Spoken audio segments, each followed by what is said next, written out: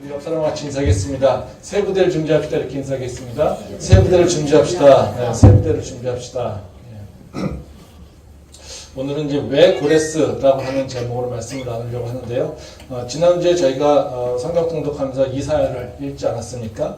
이사야서는 대선지서 중에 한 권으로서 사실 그 선지서 중에 가장 우리가 읽기도 편하고 또 이렇게 은혜도 많이 받는 책이 이사야서입니다.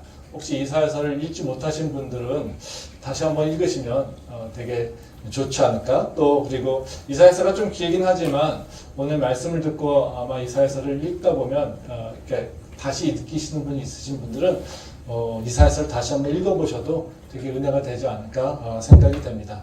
이사야는 역사적으로 보게 되면 시대적으로 남유다 우시야 왕부터 히스기야 왕 그리고 아시리아의 그 산헤립 왕 이 시기까지 활동한 것으로 전해져 있습니다. 그래서 이사야서는 남유다의 그 심판과 멸망 그리고 구원에 대한 예언에 대해 설명하고 있다는 거죠. 그래서 이사야서 구조는 항상 이제 두 가지라고 하는 걸 생각하시면 좀 이해하기가 편합니다. 1장부터 39장까지는 심판에 대한 얘기.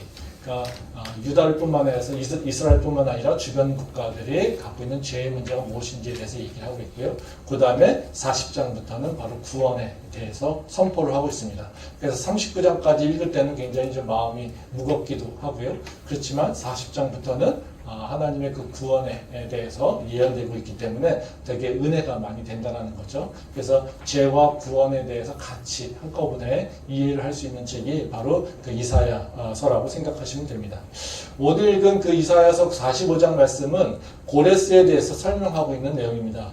이사야서 41장부터 48장까지의 내용들은 바로 유다 백성들이 바벨론에서 그 포로에서 해방되는 것, 그러니까 즉 바벨론 포로에서 다시 예루살렘으로 귀환될 것에 대해서 설명을 하고 있습니다. 그래서 하나님께서 고레스를 선택하시고 그에게 기름을 부으시고 고레스를 통해서 바벨론을 멸망시키겠다. 그리고 다시 고레스를 통해서 하나님이 이스라엘 백성들 다시 예루살렘으로 돌아보내게 하실 것이다. 이런 것에 따라서 이런 것을 예언하는 겁니다. 실제로 이 예언에 따라서 바로 이스라엘 백성들이 고레스의 칙령에 따라서 바로 그 예루살렘으로 돌아오게 된다는 거죠. 근데 이 말씀은 되게 은혜긴 하지만요. 사실 이 말씀을 조금 더 생각해 보면 되게 좀 충격적이긴 합니다. 왜 그러냐면요. 바로 이스라엘 백성들이 구원받는 것이 이스라엘 백성들이 아니라 이방인에 의해서 이루어지기 있기 때문에 그렇다라는 거죠. 그러니까 하나님께서 이스라엘 백성들을 구원하시는데 이스라엘의 사람들을 선택하는 것이 아니라 아주 전혀 생뚱맞은 이방인, 그들이 무시하고 있는 이방인을 통해서 사용하신다는 겁니다. 그래서 더 화가 나는 건요, 성경을 좀 읽다 보면요, 그 하나님이 고레스에 대해서 대하는 모습이 이스라엘 백성들보다 훨씬 더 친근하게 대하십니다. 그게 되게 그 얘기를 들으면 사실 이스라엘 백성이라고 생각한다면 저희는 그냥 아마 읽겠지만 이스라엘 백성들 입장에서는 이 성경을 읽으면 되게 기분 나쁘고 화가 나고 그리고 하나님이 정말 우리의 하나님인가 이렇게 의심할 정도의 그 말씀으로 고레스를 대하신다는 거죠. 말씀 한번 보도록 하겠습니다. 이사야서 45장 1절부터 3절 말씀입니다. 여호와께서 그의 기름 부음을 받은 고레스에게 이같이 말씀하시되 내가 그의 오른손을 붙들고 그 앞에 열국을 항복하게 하며 내가 왕들의 허리를 풀어 그 앞에 문들을 열고 성문들이 닫히지 못하게 하리라. 내가 너보다 앞서가서 험한 곳을 평탄하게 하며 논문을 쳐서 부수며 쇠빗장을 꺾고 내게 흑암중의 보화와 은밀한 곳에 숨은 재물을 주어 내 이름을 부르는 자가 나 여호와 이스라엘의 하나님인 줄을 네가 알게 하리라.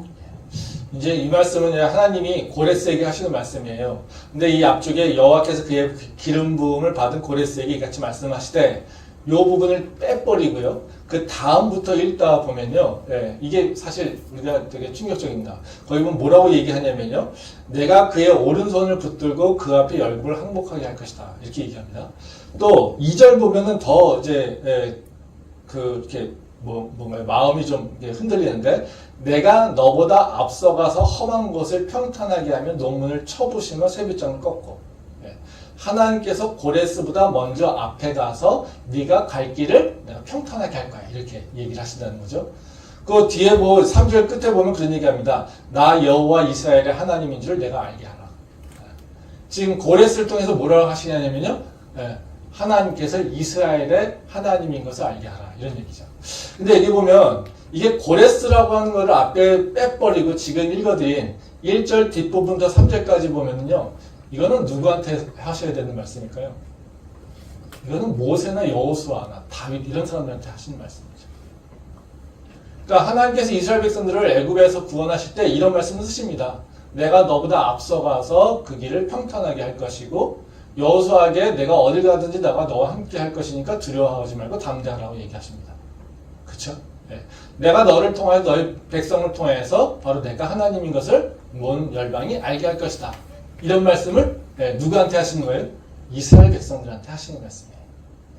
그러니까 이 말씀은 고레스 같은 이방인한테 하는 얘기가 아니라 사실 이스라엘 백성들에게 하는 말씀.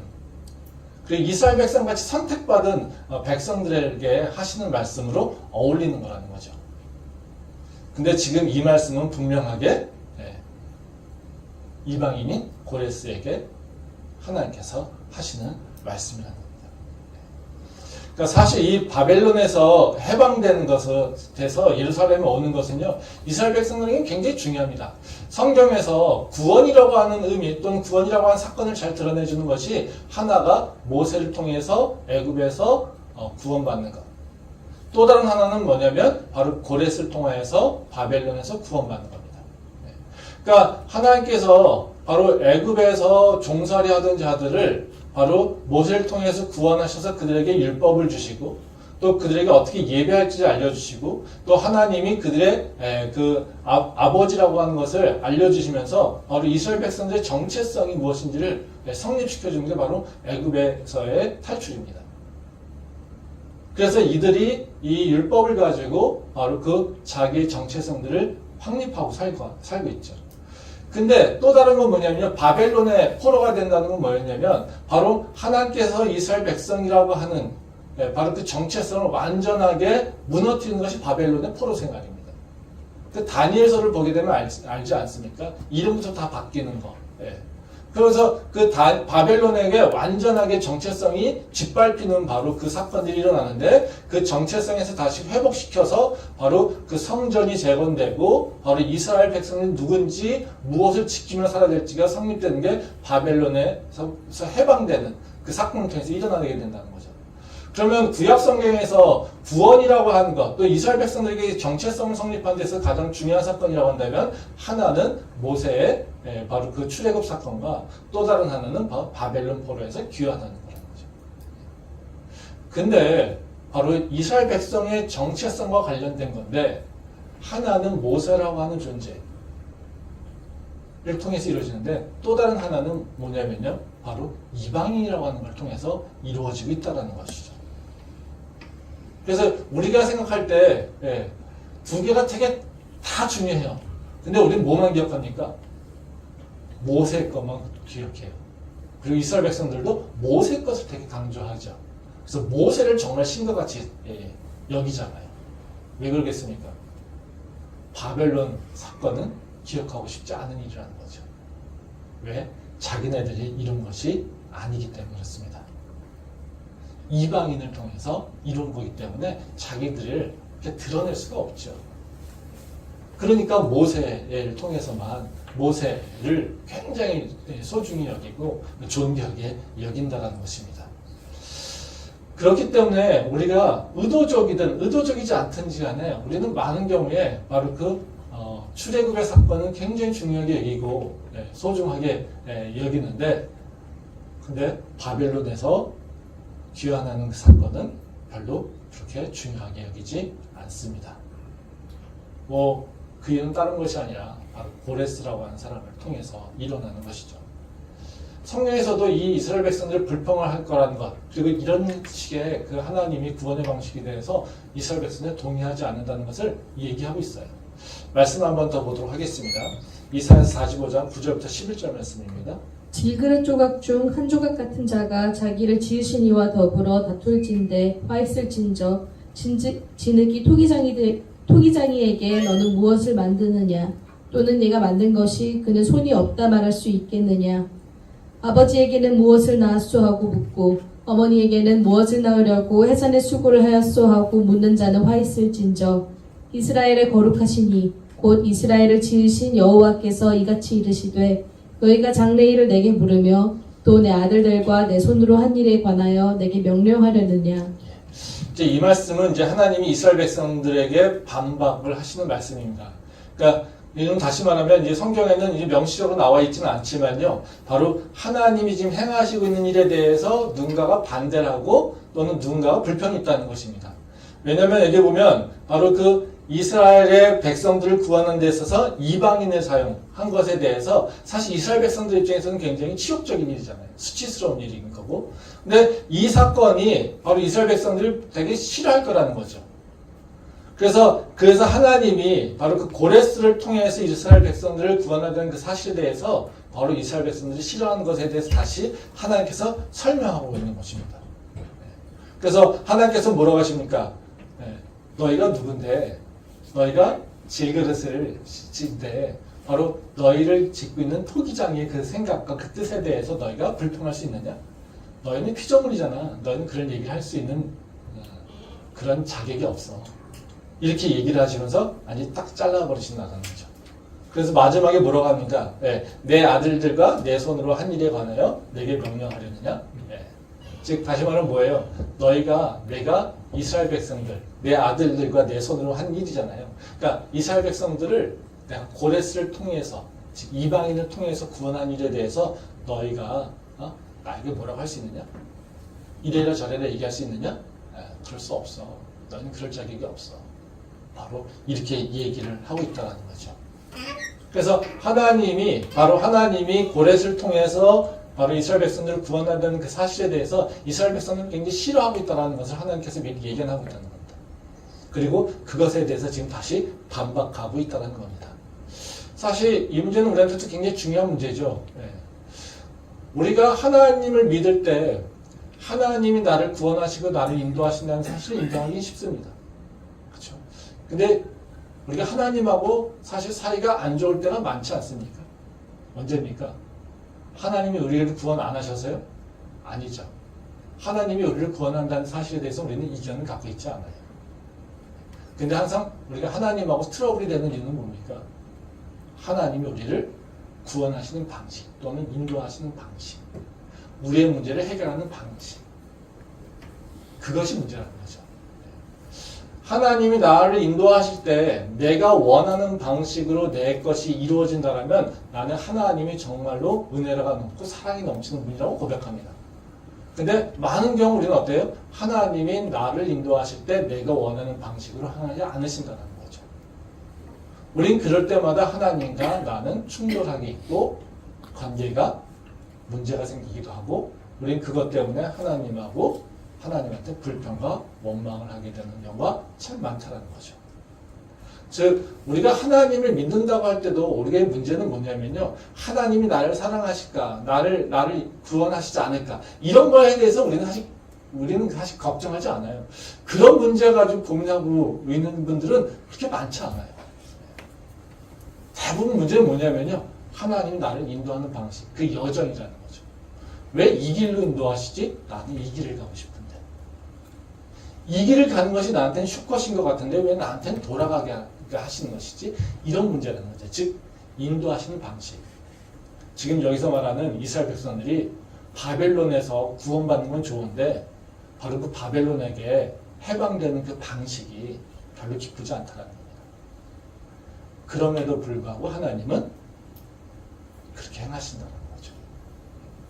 그 이유가 있겠죠. 사실 우리가 그렇기 때문에 우리는 내가 동의되지 않는 방식으로 하나님이 나를 인도하실 때 우리는 어떻게 해야 될까? 우리는 이 문제를 많이 접하게 됩니다. 그래서 오늘 제가 나누려고 하는 말씀은 이런 문제를 좀 생각해 보려고 합니다. 하나님이 이방인을 통해서 이스라엘 백성들을 구원하는 그 의도는 무엇인가? 하나님이 이스라엘 백성들의 그 뜻, 그 의도가 아니라 하나님 당신의 뜻대로 계획대로 행하시는 그 일들은 무엇인가? 그러면 하나님이 그 인도하시는 그 과정 가운데 드러내시려고 하는 하나님의 그 본질적인 특성 또는 하나님의 성품 또 하나님 우리에게 주는 메시지는 무엇이 있는가? 네, 이 부분에 대해서 좀 생각을 해보려고 합니다. 그래서 하나님의 그 행하심, 즉 구원을 인도하시는 거죠. 인도하심 속에서 나타나는 하나님은 어떤 분인가를 통해서 우리 삶의 문제를 같이 좀 생각해 보려고 합니다. 첫 번째로요, 바로 그 고레스를 통해서 하나님이 드러내시려고 하는 것은 무엇이냐라고 하는 건데요. 우리가 신앙생활하면서 분명히 기억해야 될 것입니다.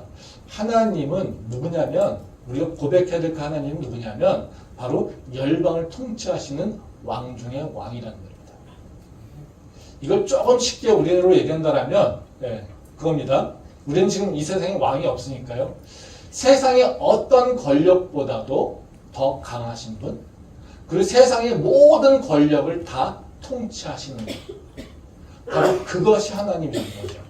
즉 우리가 삶 속에서는요, 바로 내가 어디에 끼어있냐면요, 여러 가지 다양한 종류의 그 권력이 있다는 거예요.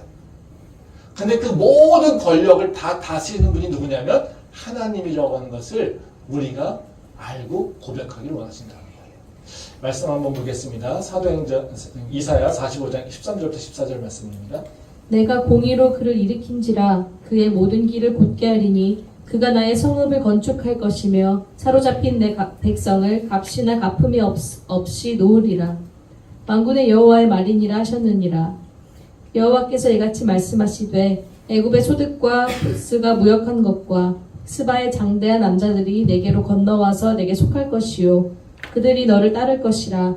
사슬에 매여 건너와서 내게 굴복하고 간구하기를 하나님이 과연 내게 계시고 그 외에는 다른 하나님이 없다 하리라 하시니라. 이 말씀은 이제 고레스를 통해서 하나님이 행하실 일에 대해서 설명하고 있는 부분입니다. 네, 하나님이 고레스를 통해서 행하실 일은 뭘 얘기하고 있냐면요, 공의로 그를 일으키신다는 겁니다. 그러니까 하나님이 공의를 이루신다는 거죠. 그리고 그걸 위해서 바로 하나님께서 고레스를 세우셨다는 거예요. 근데 여기에서 그 말로만 끝나는 것이 아니라 14절 말씀에 보면 그런 얘기 나옵니다. 여호와께서 이같이 말씀하시되 애굽의 소득과 구스와 무역한 것과 스바의 장대한 남자들이 내게로 건너와서 내게 속할 것이다. 즉 하나님께서 지금 누구를 붙인다는 거예요? 고레스에게 바로 애굽과 구스와 스바, 이 모든 것들을 다 어떻게 해요? 고레스에게 붙이신다는 거예요. 종속하게 한다는 겁니다. 지금 여기서 하시는 일을 보게 되면요, 하나님이 지금 고레스라고 하는 존재를 세울 뿐만 아니라 지금 누구까지 다 얘기하고 있습니까? 주변 국가들까지 다 얘기하고 있다는 거예요. 그래서 하나님은 고레스만을 보고 선택하신 것이 아니라 하나님이 이스라엘 백성, 이스라엘의 그 주변, 근동지역의 모든 열강들을 두고 그 열강들 사이 속에서 하나님께서는 그 통치 가운데 고레스를 세우셨다는 걸 얘기하고 있어요. 이건 다시 말하면 뭐냐면요, 바로 이사야서 앞쪽에 나와 있는 얘기가 뭐냐면 그 근동지역의 모든 국가, 모든 민족들이 다 범죄하고 타락했다는 거예요. 그러니까 하나님께서는 어떻게 해요? 새로운 고레스를 세우신 겁니다. 왜? 범죄한 자들을 세우는 것이 아니라 바로 하나님께서는 새로운 자를 세워서 그 공의를 드러내면서 그 공의를 통해서 이 주변에 바로 그 열강들을 다시 압제하게, 통치하게 된다는 거죠. 말씀 한 번 더 보도록 하겠습니다. 이사야서 14장 25절 말씀입니다. 만군의 여호와께서 맹세하여 이르시되 내가 생각한 것이 반드시 되며 내가 경영한 것을 반드시 이루리라. 내가 아수르를 나의 땅에서 파하며 나의 산에서 그것을 짓밟으리니 그때에 그의 멍에가 이스라엘에게서 떠나고 그의 짐이 그들의 어깨에서 벗어질 것이라. 이것이 온 세계를 향하여 정한 경영이며 이것이 열방을 향하여 편 손이라 하셨나니 만군의 여호와께서 경영하셨은즉 누가 능히 그것을 패하며 그의 손을 펴셨은즉 누가 능히 그것을 돌이키랴.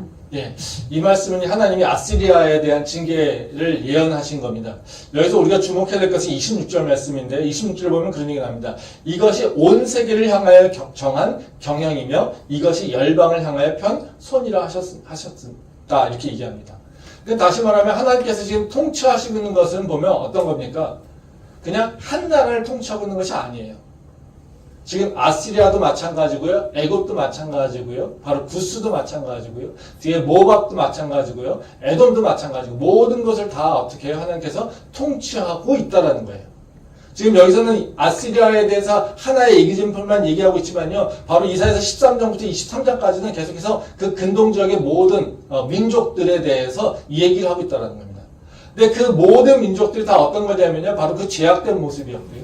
바로 하나님의 의라고 하는 것을 그들에게 찾을 수 없었다는 겁니다.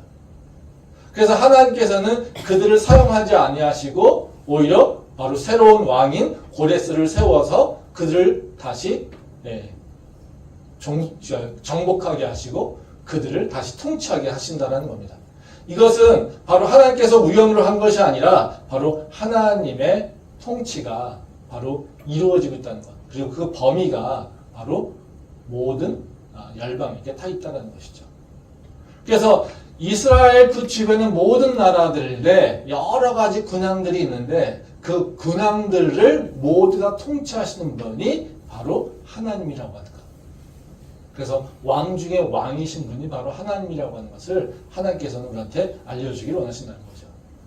이 하나님이 열방을 통치하실 때 나타나는 두 가지 특성이 있는데요. 여기서 보면 하나는 뭐냐면요. 바로 공의를 이루신다는 겁니다. 그래서 하나님께서 통치하신 바시는 분명히 나타나는 것이요. 바로 의로움을 나타내신다는 거예요. 그래서 하나님은 누구의 편에 서는 것이 아니라 하나님은 온 열방에서 하나님의 의가 어떻게 이루어지는 것인지를 드러내기 위해서 하나님이 행하신다는 거예요. 즉, 그 근동지역의 여러 열방이 국가들이 있는데도 불구하고 하나님은 전혀 새로운 신생국인 바벨론을 통해서 바로 기존에 있던 열강들을 바로 그 정복하신 이유는 바로 그들이 하나님의 공의를 드러낼 수 없기 때문에 그렇다는 거죠. 나를 통하여서 하나님의 뜻이 온전히 드러나기를 원한다면 내가 어떤 모습이 될까요? 하나님의 의로움과 함께 가는 모습이어야 된다는 거예요. 우리는 내 이익, 내 편안함 이것만 따져서 우리는 내가 행동하는데 하나님 그렇다면 하나님은 거기에 함께 할 수 없어요. 왜? 하나님의 통치의 특성은 바로 공의에 있기 때문에 그렇습니다. 그러니까 내가 하나님의 그 능력을 드러내기를 원한다면 내가 하나님의 의로움을 나타내려고 또는 하나님의 의로움을 쫓아가려고 하는 마음이 있어야 된다는 것이에요. 이게 우리가 하나님의 특성을 얘기를 특성을 기억해야 된다는 거죠. 그렇기 때문에 하나님은 누굴 쓰시냐면요. 바로 하나님은 공의를 나타내기 때문에 하나님의 의로운 자를 쓰신다는 거예요. 그래서 하나님이 의롭다고 하는 자를 쓰신다는 거죠. 그래서 공의와 하나님의 의롭다고 하는 자, 이 두 가지 조건이 하나님에게 쓰임받는 방법이라는 거예요. 그래서 우리가 하나님에게 바로 그 쓰임을 받고자 한다면, 그리고 하나님이 어느 쪽 방향으로 이를 인도하시는가를 본다면 하나님의 의로움을 못 가라고 하는 것을 생각해 봐야 된다는 거예요. 그리고 그 의로움이 내가 내 삶에서 어떻게 적용을 해야 될까라고 하는 것에 고민하는 것이 바로 믿는 자라는 거죠. 그저 내 편하는 것만, 내한테 이익되는 것만, 내가 더 많은 것을 얻는 것, 이것을 가지고 그 방법을 따라서 하나님을 이해하려고 한다면 우리는 계속해서 하나님과 충돌된 모습을 가질 수밖에 없다는 것입니다. 그래서 오늘 하나님의 통치 가운데는 바로 하나님의 의가 있다라고 하는 것, 하나님의 그 공의가 있다라고 하는 것을 우리가 꼭 기억할 필요가 있습니다. 두 번째로 그 하나님께서 고레스 통해서 고레스를 사용하시면서 드러나는 것은 뭐냐면요. 구원은 하나님의 능력이라는 겁니다. 그러니까 구원은 하나님의 온전하게 이루시는 것이지 그 세상 누군가에 의해서는 이루어지지 않는다는 겁니다. 이걸 또 좀 다르게 해석해서 얘기한다면 뭐냐면요. 능력이라고 하는 것은 나에게 있는 것이 아니라요. 능력은요. 나와 하나님의 관계에 있다는 거예요. 내가 지금 무엇을 할 수 있는가? 이것은 내가 지금 무엇을 가지고 있는가 이런 것들이 아니라요. 내가 누군가라고 하는 것이 아니라요. 바로 내가 할 수 있는 것의 결정은 나와 하나님의 관계 속에서 이루어진다는 겁니다. 아멘. 말씀 보겠습니다. 로마서 2장 23절 말씀입니다. 율법을 자랑하는 네가 율법을 범함으로 하나님을 욕되게 하느냐?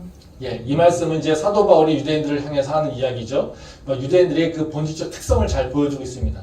그 유대인들의 특성을 사도 바울은 뭐라고 얘기하고 있냐면요. 율법을 자랑하고 있지만 율법을 지키지 않는다. 이렇게 얘기했어요. 네. 그러니까 이중적인 태도를 얘기하고 있는 거잖아요. 예. 그러면 이들이 율법을 자랑하는 이유가 있겠죠? 지키지 않는데? 예. 율법을 자랑하는 이유는 뭘까요? 내가 누구야? 이것을 강조하려고 하는 거예요. 내가 누군지 알아? 내가 유대인이야. 내가 이스라엘 백성이야. 내가 선택받은 민족이야. 예. 이것을 강조하려고 율법을 자랑하고 있는 거예요. 그러면 율법을 지키는 건 뭐의 문제인가요? 하나님과 그들과의 관계의 문제인 거죠. 그렇죠? 율법을 자랑하는 것은 내가 누구야를 나타내는 거고요. 지키는지 지키지 않는지는 뭡니까? 하나님과 그들과의 관계를 얘기하고 있다는 거죠. 한번 생각해 보세요. 유대인들의 그 본질적 특성이 율법을 자랑하는데 율법을 지키지 않습니다. 그들에게 있었던 결과는 뭡니까? 종살이에요. 그렇죠? 네. 율법을 자랑하지만 율법을 지키지 않는 자들에게 일어나는 건 뭐냐면요. 이방인을 통해서 구원을 받는 거예요. 전혀 이들이 자신들의 선택받은 백성이라고 하는 그 존재를 굉장히 중요하지만 그들의 존재적 특성은 그들에게 하나도 도움이 안 된다는 거예요. 이게 바로 하나님께서 이들에게 보여준다는 거죠. 한번 거꾸로 한번 생각해 봅시다. 만약에 하나님께서 바벨론의 포로에서 귀환되는 것을 고레스가 아니라 모세와 같은 제2의 모세 다른 사람을 세웠다고 칩시다. 그럼 어떤 일이 일어났을까요? 이스라엘 백성들은 더 열렬히 환호했겠죠. 역시 우리는 하나님의 선택받은 백성이야. 역시 우리는 하나님의 특별한 존재야. 그쵸? 그리고 얼마나 자랑했겠어요. 그리고 모세와 또 다른 모세, 이들을 높이느냐고 정신이 없었겠죠. 그러면 그들에게 더 강화되는 게 뭐겠습니까? 그들에게는 하나님이 강조되는 것이 아니라 하나님이 보이는 것이 아니라 뭐가 보이겠습니까? 내가 선택받은 민족이라는 거죠. 하나님께서 바벨론에서 이스라엘 백성을 구원하셨는데 바로 그 이스라엘 백성을 통해서 구원하셨다면 이스라엘 백성들에게 남는 건 뭐냐면요. 자신들은 선택받은 민족이라고 하는 것만 더 강화된다는 거죠. 지금 모세를 통해서 일어난 그 율법을 받은 것 때문에 그것 때문에 자기들은 선택받은 민족이라고 하는 것을 강조하고 있는데 근데 자신들이 갖고 있는 그 어려운 문제를 해결하고 있는 것이 바로 선택받은 민족을 통해서 이루어진다면 바로 그들이 주장하고 있고 그들이 의지할 것은 뭐냐면 그들이 선택받았다라고 하는 그 사실 그것에만 의지하게 된다는 거죠. 거기에는 아무런 하나님의 관계가 나타나고 있지 않다는 거예요. 그러니까 바로 하나님께서 고레스를 통해서 이방인을 통해서 하나님께서 이루시려고 한다는 건 뭐냐면요. 너희의 구원은 너희가 선택받았다는 그 사실 너희의 속성에 있는 것이 아니라 바로 나에게 있다라고 하는 걸 다시 한번 기억해라는 겁니다. 너희의 속성에서 너희의 능력을 찾지 말고 항상 나를 바라보면서 너의 능력을 찾으라고 얘기한다는 것이죠.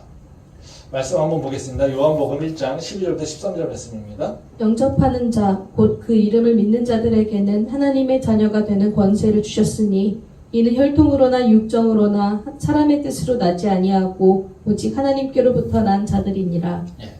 이 말씀은 우리가 어떻게 구원을 받는지에 대해서 분명히 얘기하고 있잖아요. 영접하는 자, 곧 그 이름을 믿는 자, 즉 예수님의 그 이름을 믿는 자가 하나님의 자녀가 되는 권세를 받는다고 얘기하고 있죠. 즉 구원은 어떻게 나옵니까? 예수님을 영접하는 자에게 옵니다. 근데 그 뒤에 뭐라고 얘기합니까? 이 구원은 혈통으로나 육정으로나 사람의 뜻으로 나지 아니했어 이런 얘기죠. 즉 이것은 바로 말하자면 그 구원이라고 하는 것은 우리가 혈통을 통해서 즉 내가 어느 민족이야 라고 하는 걸 통해서 일어나지 않아. 육체의 조건에 따라서 일어나지 않아. 이것입니다. 그러니까 이것은 다시 말하면 우리가 영접하는 자, 즉 하나님의 뜻을 영접하는 자, 바로 하나님의 아들이 예수님인 것을, 그 예수님이 우리의 구원주라고 하는 것을 내가 믿고 고백하는 자. 그래서 나와 예수님의 관계가 확립되는 자, 내가 예수님을 누구라고 고백하며 그분을 따라가겠다라고 믿음을 고백한 자, 이 자를 이것을 통하여서 이루어진다라고 하는 것을 얘기하고 있습니다. 하나님께서 우리한테 말씀해 주신 건 뭐냐면요. 우리의 구원은 너의 능력이 아니라 나하고 관계야. 이것을 얘기하고 있다는 거죠. 그래서 우리는 언제나 다 뭐에 따라 살고 있냐, 우리 삶을 결정하는 것은 뭐냐면요. 내가 아니라 하나님의 관계 속에서 우리 삶은 결정되고 있다는 거예요. 아멘. 말씀 한번 더 보겠습니다. 빌립보서 4장 13절 말씀입니다. 내게 능력 주시는 자 안에서 내가 모든 것을 할 수 있느니라. 네, 또 한 절 보겠습니다. 사사기 16장 19절부터 20절 말씀입니다. 들릴라가 삼손에게 자기 무릎을 베고 자게 하고 사람을 불러 그의 머리털 7가닥을 밀고 괴롭게 하여 본즉 그의 힘이 없어졌더라. 들릴라가 이르되 삼손이여 블레셋 사람이 당신에게 들이닥쳤느니라 하니 삼손이 잠을 깨며 이르기를 내가 전과 같이 나가서 몸을 떨치리라 하였으나 여호와께서 이미 자기를 떠나신 줄을 깨닫지 못하였더라. 우리 그 빌립보서 4장 13절은 너무 잘 알고 있는 말씀 아닙니까? 이 카톡 대문 사진에 이거 많이 쓰여 있지 않아요? 네? 그렇죠? 네. 내게 능력 주신 자 안에서 내가 능치 못할 일이 없어요. 내가 모든 것을 할 수 있다. 뭐 이런 얘기죠. 네. 근데 여기서 보게 되면 이 고백, 그 사도 바울의 고백이죠. 사도 바울의 고백은 뭡니까? 내가 하나님 안에서, 다시 말하면 내가 하나님과 함께하고 있을 때, 내가 하나님과 동행하고 있을 때, 내가 하나님 안에 거하고 있을 때, 이때 나는 능치 못할 일이 없어. 이것을 얘기하고 있죠. 그러면 여기서 보면 사도 바울이 어떤 존재인지, 내가 무엇을 배웠는지, 내가 어떤 경험을 했는지, 어떤 능력을 받았는지, 이거에 따라서 내가 능력을 행하는 것이라고 고백하지 않는다는 거예요. 사도 바울은 이미 여러분 다 아시다시피 율법적으로 뛰어나죠. 성령의 체험도 대단하죠. 그러면 우리가 생각하기에 사도 바울이 능력이 있는 것은 바로 그 태어날 때부터 받았던 오래된 바로 그 율법의 교육. 또 기도하면서 오랫동안 기도하면서 받은 그 성령의 능력. 사역을 하면서 엄청난 경험들. 이런 경험들이 바로 사도 바울이 갖고 있는 굉장히 중요한 능력과 특성이라고 생각할 수 있지만 사도 바울은 그것을 얘기하고 있는 것이 아니라 뭐를 얘기하고 있습니까? 내가 할 수 있는 이유는 내가 율법 공부를 많이 해서도 아니고 내가 성령의 능력을 체험하고 있기 때문에 그런 것도 아니고 내가 하나님 말씀을 잘 알고 있기 때문도 아니고 내가 세상에 경험이 많은 것도 아니고 내가 무엇인가를 할 수 있는 이유는 다른 것이 아니라 내가 하나님 안에 있을 때야. 이것을 얘기하고 있습니다. 이것을 보여주는 게 어떤 거냐면요. 바로 그 삼손의 얘기입니다. 삼손은 머리가 길었을 때는 힘이 나죠. 삼손이 머리가 잘렸을 때는 힘이 없어요. 드릴라의 그 꼬임을 말서 자기의 그 비밀을 얘기하고 있죠. 그리고 머리가 밀렸습니다. 그랬더니 그 삼손이 어떻게 해요? 일어나서 이제 다 싸워서 이기려고 합니다. 근데 힘이 없어요. 이걸 통해서 드러나는 건 뭐겠습니까? 삼손의 그 엄청난 능력은 삼손에게 있지 않다는 거예요. 그 삼손의 능력은 뭐예요? 하나님과 관계 속이죠. 머리를 밀었다는 건 뭐겠습니까? 하나님과 관계가 깨졌다는 것을 얘기하고 있어요. 하나님 말씀을 지키지 않았다는 것을 얘기하고 있어요. 우리가 오해하고 있는 것이 뭐냐면요.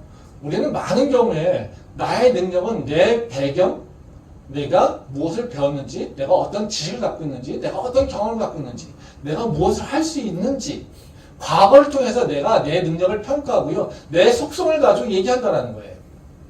그게 틀리진 않습니다. 근데 그것이 결정은 아니에요. 내가 어떤 경험을 가졌는지 이것이 내가 하나님이 나를 쓰시는 방법 중에 하나예요. 근데 내가 어떤 경험을 가졌는지가 나를 결정합니까? 내 미래를 결정합니까? 그렇지 않아요. 한번 생각해 보세요. 우리가 중요시 여기는 지식, 경험, 주변의 백그라운드, 네트워크 이런 게 강하다고 하면 세상은 어때요? 이런 거 가진 자들만 승리해야 돼요. 그렇지 않습니까? 근데 한번 보십시오. 이런 거 가진 사람도 다 실패해요. 우리가 많은 경우에 이렇게 갖고 있는 사람들도 실패하고 새로운 스타가 나온 걸 우리는 너무 잘 보지 않습니까? 이건 다시 말하면 뭐냐면요. 바로 승리하는 것, 성공하는 것, 뭔가 일을 해낼 수 있다라고 하는 것은 그 사람의 능력에 있는 것이 아니라 그 사람이 가지고 있는 속성에 있는 것이 아니라 그거는 설명하는 아주 일부분이라는 거예요. 그리고 그 결정권자는 누구라는 겁니까? 하나님이라는 거예요. 그래서 하나님은 계속해서 얘기하고 있는 게 뭐냐면요.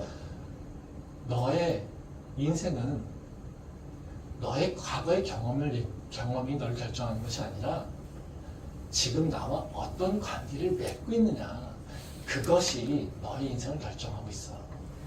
이걸 얘기하고 있더라는 거예요.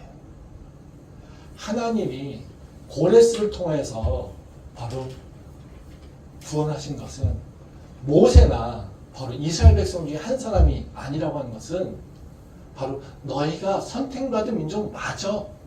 근데 너희가 선택받은 민족, 그 민족이라고 하는 그 사실 자체가 너희의 앞날을 결정하지 않아. 이겁니다. 선택받은 민족이 있기 때문에 내가 너희를 지켜. 그렇지만 인도하는 것은 내가 너희를 이끌어가는 거야. 그리고 너의 삶을 결정하는 건 바로 나야. 라고 하는 것을 얘기하고 있다는 거죠.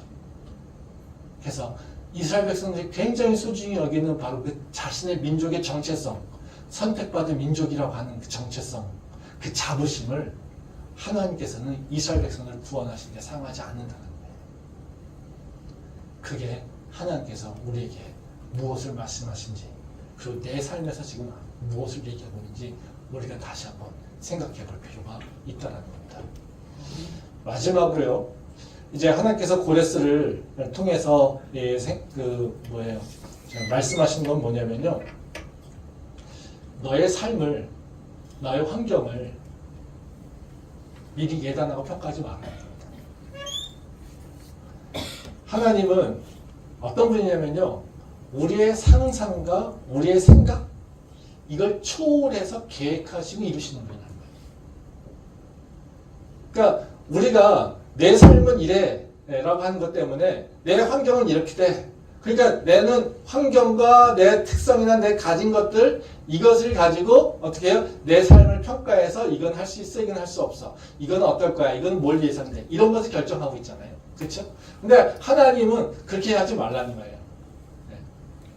왜냐하면 나는 너의 상상과 너의 그 생각 이상으로 계획하고 행동하는 그런 분이라고 하는 것을 우리가 알기를 원하신다는 거죠. 말씀 보겠습니다. 이사야 45장 15절 말씀입니다. 구원자 이스라엘의 하나님이여 진실로 주는 스스로 숨어 계시는 하나님이시니이다. 이제 이 말씀은 이제 숨어 계시는 분이라고 하는 하나님은 숨어 계시는 분이다 이렇게 이야기하고 있는데 이게 오해하기가 좀 쉬운 이야기도 합니다. 이제 이 말씀을 언뜻 보면 어떻게 해요? 하나님은 잘 보기가 찾기가 어려워 쉽지 않다 이런 분이라는 거잖아요. 네? 그러니까 이 말씀은 다시 말하면 무슨 얘기냐면요, 우리가 맨정신으로 그냥 우리의 이성으로 우리의 생각으로 하나님을 찾을 때 하나님을 바로 알아볼 수 없다는 겁니다. 그러니까 우리 삶에서 하나님이 잘 안 보이잖아요. 그렇죠? 왜 그렇겠습니까? 숨어 있는 분이기 때문에 그렇다는 거죠. 근데 그 숨어 있는 이유는 뭘까요? 네, 우리는 안 보이기 때문에 그렇다는 거예요. 근데 이 말씀은 뭐냐면요, 바로 이제 이사야 선지자가 하는 말씀, 그러니까 하나님의 그 계획을 듣고서 반응하는 걸로 이해할 필요가 있습니다. 그 이사야 45장 9절부터 하나님께서 이사야에게 내가 어떻게 구원할 건지 다 설명하고 있잖아요. 그래서 하나님께서 고레스를 통하여서 바로 바벨론을 이렇게 세우고 이 고레스가 이 열방을 다 점령케 하고 정복케 하고 그 고레스가 이제 신앙의 자유를 선포하고 그래서 그때 이스라엘 백성은 다시 예루살렘으로 돌아올 거야 이거죠. 이 계획은요 하나님 말고는 할 수 없는 분이죠. 즉 이사야가 바벨론의 포로에 대한 얘기를 듣고서 너무도 절망한 겁니다. 네. 바로 39장까지가 바로 그 얘기예요. 히스기야 왕 얘기가 그대로 나오거든요. 그러면서 히스기야 왕한테서 너희가 이제 70년간 이제 다른 사람에 종살이를 해야 돼. 히스기야 왕은 뭐라고 합니까? 내가 아니니까 괜찮네요. 네? 근데 사실 우울하잖아요. 그렇죠? 네. 근데 그 다음에 나오는 얘기가 바로 위로하라고 얘기하시면서 하나님께서 구원하겠다고 선포하시잖아요. 근데 이사야가 그 얘기를 듣습니다. 네. 얼마나 끔찍하겠어요. 그렇죠? 그러니까 이사야가 그 얘기를 들으면서 하나님의 계획이 뭡니까? 그러면 언제 우리를 어떻게 구원하실 겁니까? 이런 얘기를 물어보겠죠. 그랬더니 하나님께서 이사야한테 일일이 다 설명해 주신다. 지금 고레스를 통해서 이렇게 하실 거야. 그 얘기를 듣고 있던 이사야가 뭐라고 하는 겁니다. 와, 하나님 역시 당신은 숨어 계신 분입니다. 이건 무슨 얘기냐면요. 당신을 알아보기 힘들어요 라고 하는 것이 아니라 우리 눈으로는 볼 수가 없어요. 이겁니다. 내 육체의 생각으로는 볼 수가 없어요. 내 이성으로는 내가 당신의 뜻을 깨달을 수가 없어요. 이 얘기를 하고 있는 거예요. 그건 왜요? 하나님은 우리의 생각과 우리의 상상을 초월해서 되시기 때문에 우리는 우리의 삶의 모습만 보고 하나님이 어떻게 행하실지에 대해서 알 수가 없습니다. 이렇게 고백하고 있다는 거예요. 이건 다시 무슨 얘기예요? 하나님은 내 삶의 모습에 제한돼서 행동하지 않으세요. 하나님은요, 내 모습에 제한받아서 하나님 계획하지 않으세요. 하나님은요, 내가 아무것도 가진 것이 없어도 하나님께서는 새 일을 하실 수 있어요. 하나님께서는 다 죽었다고 해도요, 새로운 생명을 일으킬 수 있어요. 이게 하나님이세요. 그렇기 때문에 우리가 내 삶을 바라볼 때 믿음이 없이 내 삶을 바라보면 하나님의 계획은 볼 수 없어요. 내 모습만 바라보고 내 생각 안에서 내 계산 안에 있을 때 하나님이 어떻게 행동하신지에서 나는 꿈을 꿀 수 없어요. 희망을 가질 수 없어요. 하나님은 거기에 계시지 않으니까요. 하나님은 내가 보고 있는 시야, 그 시선, 그 밖에 계시다고 하는 것을 우리한테 알려주시다는 거예요. 우리가 살면서 사실 그런 거 아니겠습니까? 우리가 왜 희망이 없습니까? 하나님이 안 보이기 때문에 그렇죠. 하나님이 안 보이는 이유는 뭡니까? 내 환경만 보니까 그렇죠. 내 모습만 보니까 그렇죠. 우리의 능력이라고 하는 것이 나 안에 있고 내가 할 수 있는 것이 내 환경 가운데 있다는 거예요. 여기에 있으니까 우리는 하나님이 나에게 무슨 일을 행하실지 우리는 생각하지 못해요. 하나님이 나를 향한 계획이 어떤 것이 있는지 우리는 알 수가 없어요. 그러니까 우리는 절망하고 우리는 희망이 없다고 포기하고 이런 거라는 거죠. 이스라엘 백성도 그런 거 아니겠습니까? 바벨론에서 포로 지내는 모습들, 그 속에서 이스라엘 백성들이 자기네들이 해방될 거라고 꿈꿨겠습니까? 기대했겠습니까? 아무도 없죠. 근데 하나님의 계획은요, 우리 눈에 안에 있지 않다는 거예요. 그러니까 우리는요, 보이지 않아도 하나님을 따라가는 거예요. 그게 믿음이에요. 보이지 않아도요, 하나님 말씀을 따라갈 때 우리에게 하나님의 새 역사가 일어나는 거예요. 그게 믿음의 능력이에요. 내가 보이는 것, 내가 계획한 것, 그 속에서 하나님을 따라간다고 생각해 보세요. 우리는요, 그것이 이루어졌을 때 우리는 하나님의 능력이라고 고백하지 않아요. 내 능력이라고 고백하고 있지요. 한번 생각해 보세요. 내일 내가 무슨 일을 할지 우리는 한번 생각해 본 적 있습니까? 내가 내일이 일어날 것인지 과거에 계획했던 것, 생각했던 대로 내 삶이 다 이루어졌습니까? 그렇지 않다는 거예요. 그것이 하나님이라는 거예요. 그러게 우리가 해야 될 일은 뭘까요? 우리가 하나님을 믿는다면요, 내 삶의 환경이나 그 조건, 이거에 따라서 나를 판단하지 않는 겁니다.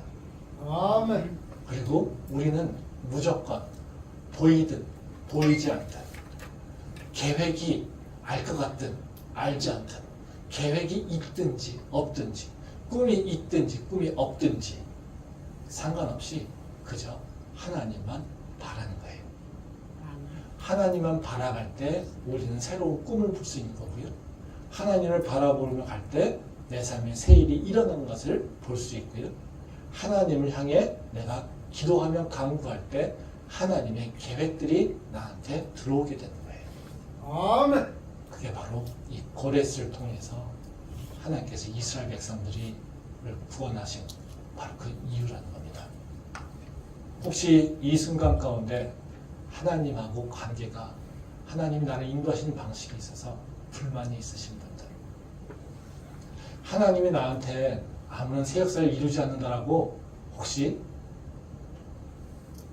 마음이 조급하여서 포기하고 싶은 분들, 다시 한번 고레스를 통하여서 하나님께서 이루신 그 새 역사를 묵상하고 그 하나님이 진짜 나의 하나님이시고 하나님이 진짜 살아계신 분이라고 하는 것을 다시 한번 기억할 수 있기를 소망합니다. 기도하겠습니다.